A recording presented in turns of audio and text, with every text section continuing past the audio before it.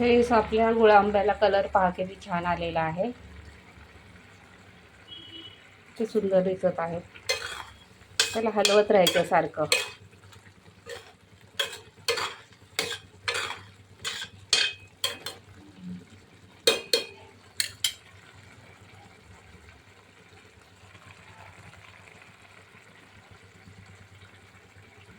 Friends, त्यामध्ये आता आपण चिमूटभर वेलचीची पूड घालणार आहोत सर्वात शेवटी.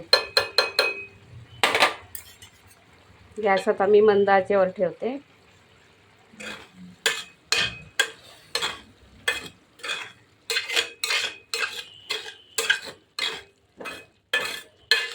जवळजवळ आपला गुळ आंबा तयार झालेला आहे.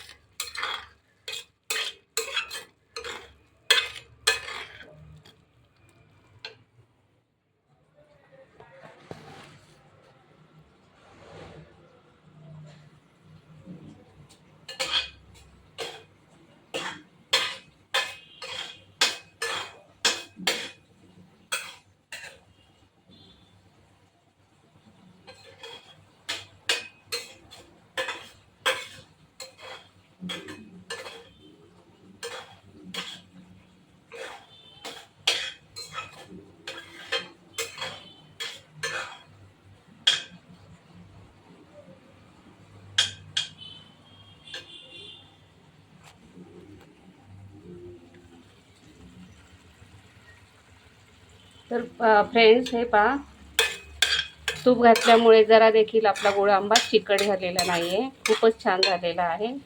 स्मेल तर फारच सुरेख येत आहे.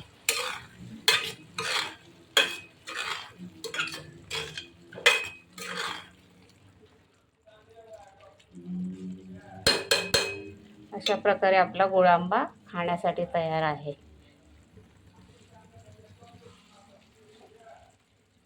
धन्यवाद.